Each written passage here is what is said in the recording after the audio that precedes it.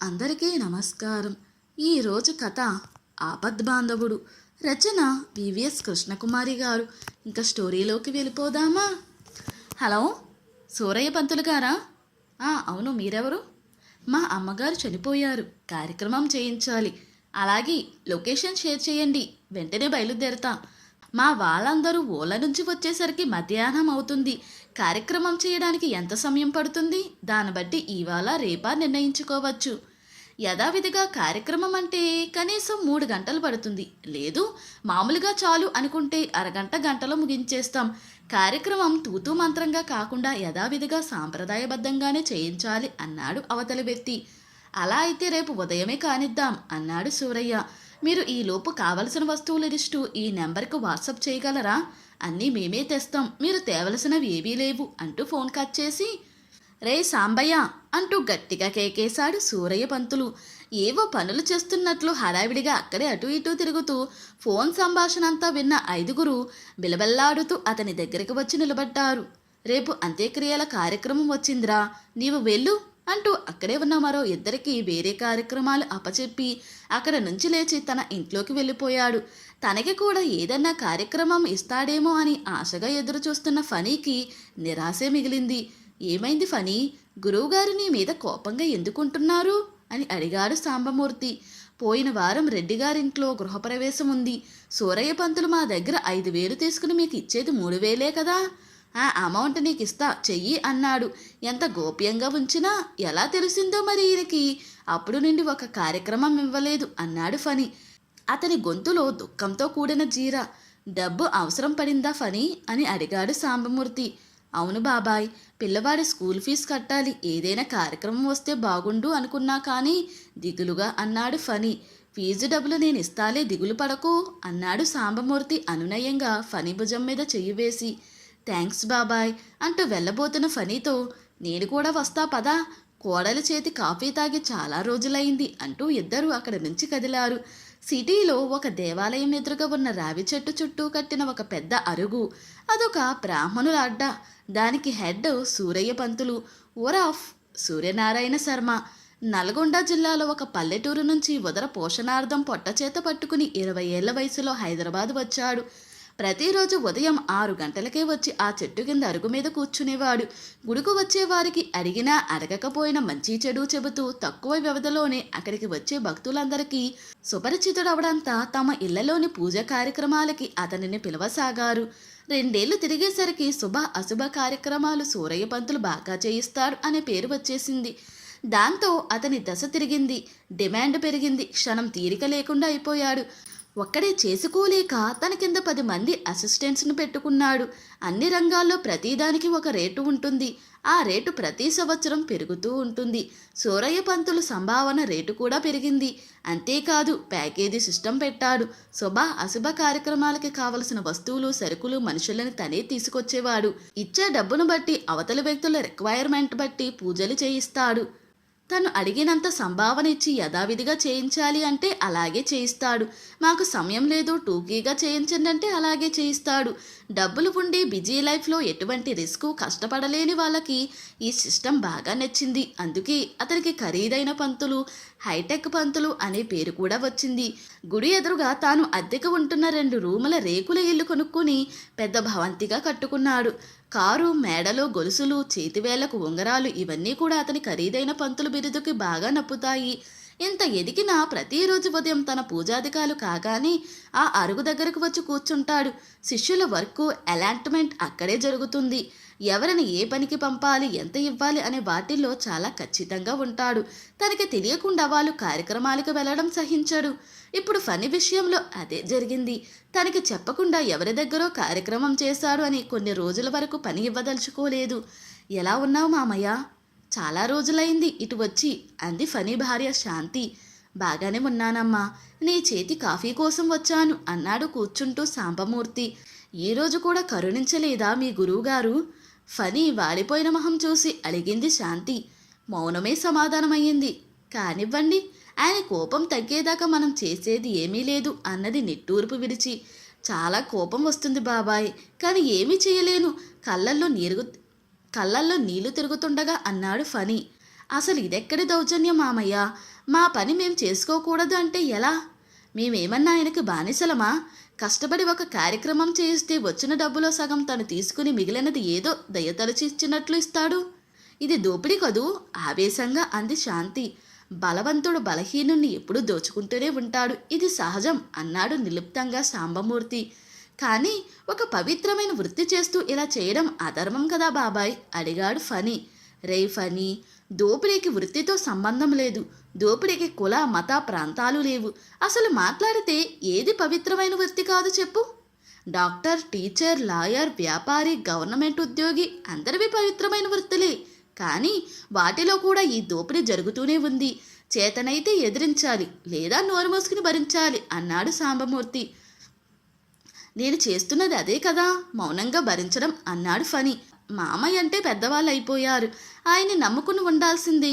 మీరు యువకులు నలుగురితో మాట్లాడుతూ పరిచయాలు పెంచుకుని మీ మీద మీరు నమ్మకం పెంచుకుంటే ఈ చెర నుండి బయటికి రావచ్చు కదా, సలహా ఇస్తూ ధైర్యం చెప్తున్నట్లు అంది శాంతి. తండ్రి అకాల మరణంతో 10వ తరగతితోనే చదువు ఆపేసి తమలాంటి వాళ్ళకి ఆశ్రమిస్తాడని తెలిసి సూరయ్య పంతుల దగ్గరకు వచ్చాడు. ఆయని ఫనీకి బ్రహ్మోపదేశం చేశాడు. ఫనీకి వైదిక కార్యక్రమాలు నేర్పి ఒక దారి చూపిస్తాడు. కులవృత్తి కూడు పెడుతుంది అని భావించారు. కానీ సూరయ్య దగ్గర అప్పటికే ఇలాంటి వాళ్ళు చాలామంది ఉండడంతో అనుకున్నంతగా అవకాశాలు రాలేదు. అంతేకాక అందరూ తనని గౌరవం లేకుండా పంతులు పంతులు అని పిలుస్తుంటే అవమానంగా అనిపించసాగింది. అప్పుడే ఈ వృత్తి మానేసి ఏ బట్టల షాపులోనో సూపర్ మార్కెట్లోనో సేల్స్ బాయ్గా వెళదామనుకున్నాడు. కానీ ఉపనయనం నాడు పెట్టిన శిఖ అడ్డమైంది. ఏ ప్రయత్నాలు ఫలించకపోయేసరికి ఇందులోనే మంచిని చూసుకున్నాడు. ఇక్కడ తిండికి లోటు లేకుండా గడిచిపోతున్నది. ఏ కార్యక్రమం రాకపోతే కనీసం తద్దినమప్పుడు భోక్తగా అయిన అవకాశం వస్తున్నది. సూరయ్య ప్రవర్తనతో మనసు కష్టపడుతుంటే బయటకు వచ్చి తన కాళ్ళ మీద తాను నిలబడడానికి ధైర్యం చాలడం లేదు. అసలు తనని పిలిచి కార్యక్రమాలు ఇచ్చేవాళ్ళు ఎవరు? ఈ రంగంలో కూడా పోటీ పెరిగిపోయింది. ఆ మాటే అన్నాడు భార్యతో. నిజం చెప్పావురా ఫనీ, గురువుగారి మీద కోపం తెచ్చుకోకుండా కాస్త నిదానంగా ఆలోచించి నిర్ణయం తీసుకో అన్నాడు సాంబమూర్తి. కాసేపు ఆ మాట ఈ మాట మాట్లాడి వెళ్ళిపోయాడు సాంబమూర్తి. ఇంతలో ఫనీ ఫోన్ రింగ్ అయింది. ఫోన్ చేసింది సూర్యనారాయణ. ఇప్పుడు గురువుగారు ఎందుకు చేశారా అనుకుంటూ లిఫ్ట్ చేశాడు. రేయ్ ఫనీ, రేపు ఒకళ్ళ ఇంట్లో బారసాల ఉంది, 100 మందికి వంట చేయడానికి మనిషి కావాలట. శాంతి వెళుతుందా అని అడిగాడు. వెళుతుంది గురువుగారు, టక్కున సమాధానం చెప్పాడు. క్షణం ఆలస్యమైన ఆ అవకాశం పోతుందేమో అని. ఏమండి, మా పిన్నికి తెలిసిన గైనకాలజిస్ట్ ఉందట, ఒకసారి ఆమెను కూడా కన్సల్ట్ చేద్దాం, ఆపరేషన్ అవసరం లేదు అంటుందేమో అడిగింది శాంతి ఫనీని. గత 5-6 నెలలుగా శాంతికి ఆరోగ్యం సరిగా ఉండడం లేదు. గర్భసంచికి సంబంధించిన సమస్యలు వస్తుంటే గైనకాలజిస్ట్ దగ్గరకు వెళ్ళింది. అన్ని టెస్టులు చేసి అర్జెంటుగా గర్భసంచి తీసివేయాలి, ఆలస్యం చేస్తే క్యాన్సర్కి దారితీసే అవకాశాలు ఉన్నాయని చెప్పింది. ఎందుకైనా మంచిదని మరో డాక్టర్ని కలిశారు. ఆమె కూడా ఇదే చెప్పింది. శాంతి, ఇప్పటికీ 2 డాక్టర్ని కలిసాం, ఎవరైనా అదే చెబుతారు. ఇక వేరే ఆలోచన ఏమీ వద్దు. ఒక 10 రోజుల్లో డబ్బు అడ్జస్ట్ చేసుకుని ఆపరేషన్ చేయించుకుంటామని రేపు హాస్పిటల్కి వెళ్ళినప్పుడు డాక్టర్కి చెబుతాం అని. నువ్వు రెస్ట్ తీసుకో, ఈ పూట వంట నేను చేస్తాను, ఈరోజు కార్యక్రమాలు కూడా ఏమీ లేవు అంటూ వంట ఇంట్లో నుంచి చాకు తెచ్చి కూరగాయలు తరగడానికి కూర్చున్నాడు ఫనీ.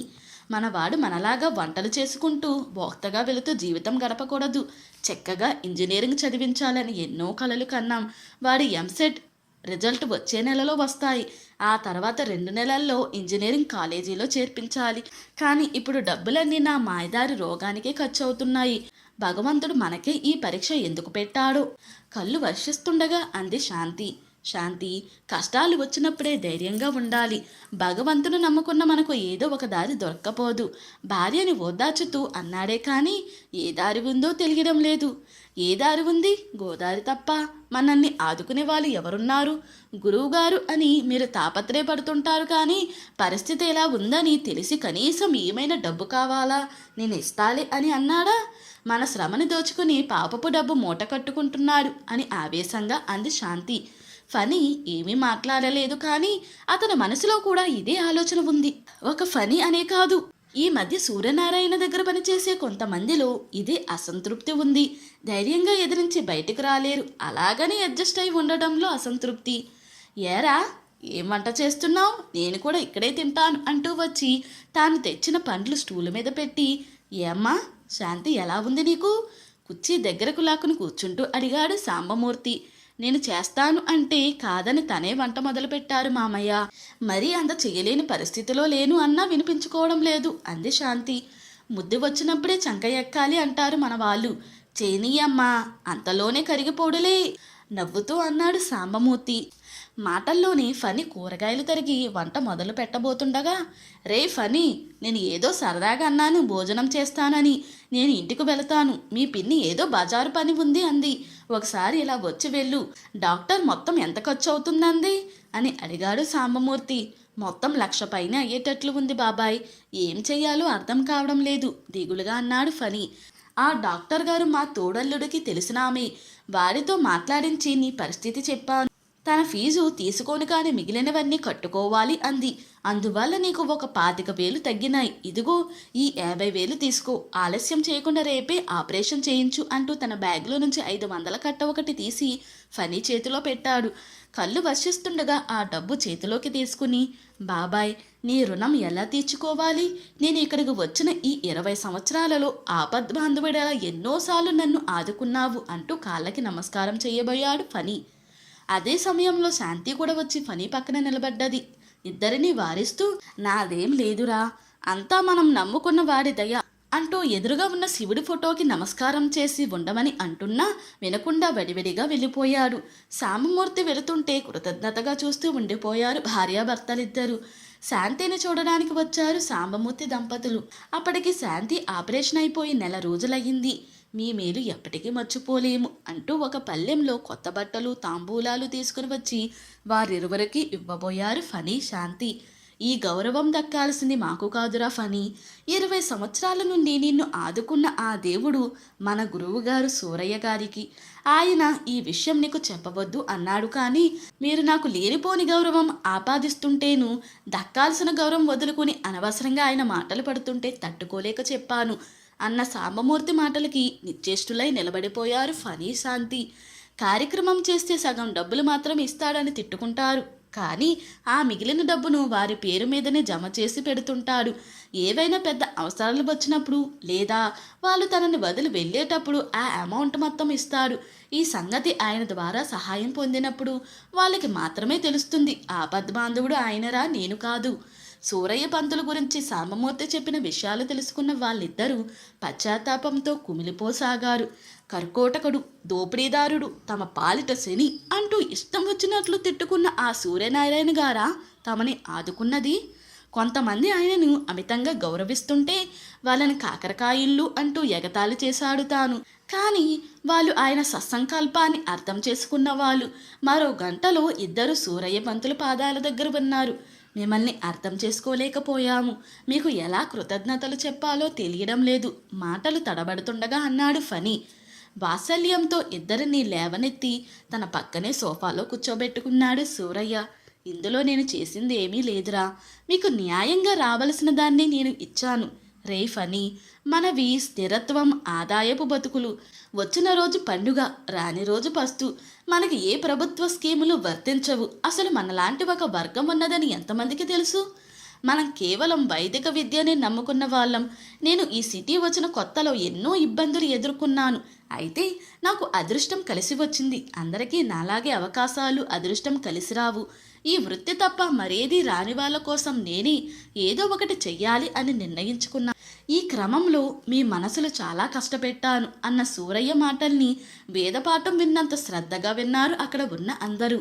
బాబు, అందరూ పంతులు గారిని మస్తు పైసలు తీసుకుంటారు, దోచేస్తారు అంటారు. కానీ ఆ అయ్య ఎంతమందికి కూడు పెడుతుంటాడో మందికి తెలవదు. ఒక్క మీ కులపోళ్ళకే కాదయ్యా, మా అందరిని కూడా ఎన్నోసార్లు ఆదుకున్నాడు. ఆ అయ్య ఇయ్యగలిగే అల్లా తాన మస్తు పైసలు తీసుకుంటాడు. కానీ లేనోళ్ళ దగ్గర పైసా తీసుకోకుండా చేయించడం నేను చూసిన. ఇలాంటి దేవుళ్ళు మనకి కనపడరు అంది అక్కడే ఉన్న పని మనిషి మైసమ్మ. ఈలోగా ఒకరొకరు శిష్యులు అందరూ వచ్చారు. గురువుగారు అందరినీ హఠాత్తుగా ఎందుకు రమ్మన్నారో వాళ్ళకి అర్థం కాలేదు. అందరి వైపు చూస్తూ, మీరందరూ చాలా సంవత్సరాల నుండి నా దగ్గర నమ్మకంగా పనిచేశారు. నేను ఎంత ఇస్తే అంతే తీసుకున్నారు. మీలో కొందరు బాధ్యత తెలియకుండా ఏ రోజు ఆదాయం ఆ రోజే ఖర్చు చేసుకునే వాళ్ళు ఉన్నారు. వాళ్ళందరికీ భవిష్యత్తులో ఉపయోగపడే విధంగా ఏదో చెయ్యాలనుకున్నాను. కానీ నాకు ఇప్పుడు వయసు అయిపోయింది. మీ కార్యక్రమాలు మీరు చేసుకోండి అన్న సూరయ్య మాటలకి ఎవరూ సమాధానం చెప్పలేదు. అందరూ మౌనంగా ఎవరి దారిన వాళ్ళు వెళ్ళిపోయారు. మర్నాడు ఉదయం ఎప్పటిలాగే అరుగు దగ్గరకు వచ్చిన సూరయ్యకి అప్పటికే అక్కడికి వచ్చి శిష్యులు వినయంగా నమస్కారం చేసి, గురువుగారు, ఈరోజు కార్యక్రమాలు ఏమిటి అంటూ చేతులు కట్టుకుని నిలబడ్డారు శిష్యులు. ఇంతటితో ఈ స్టోరీ ముగిసింది. ఈ స్టోరీ కనుక మీకు నచ్చినట్లయితే మరియు నా ఎక్స్ప్లెనేషన్ కనుక మీకు నచ్చినట్లయితే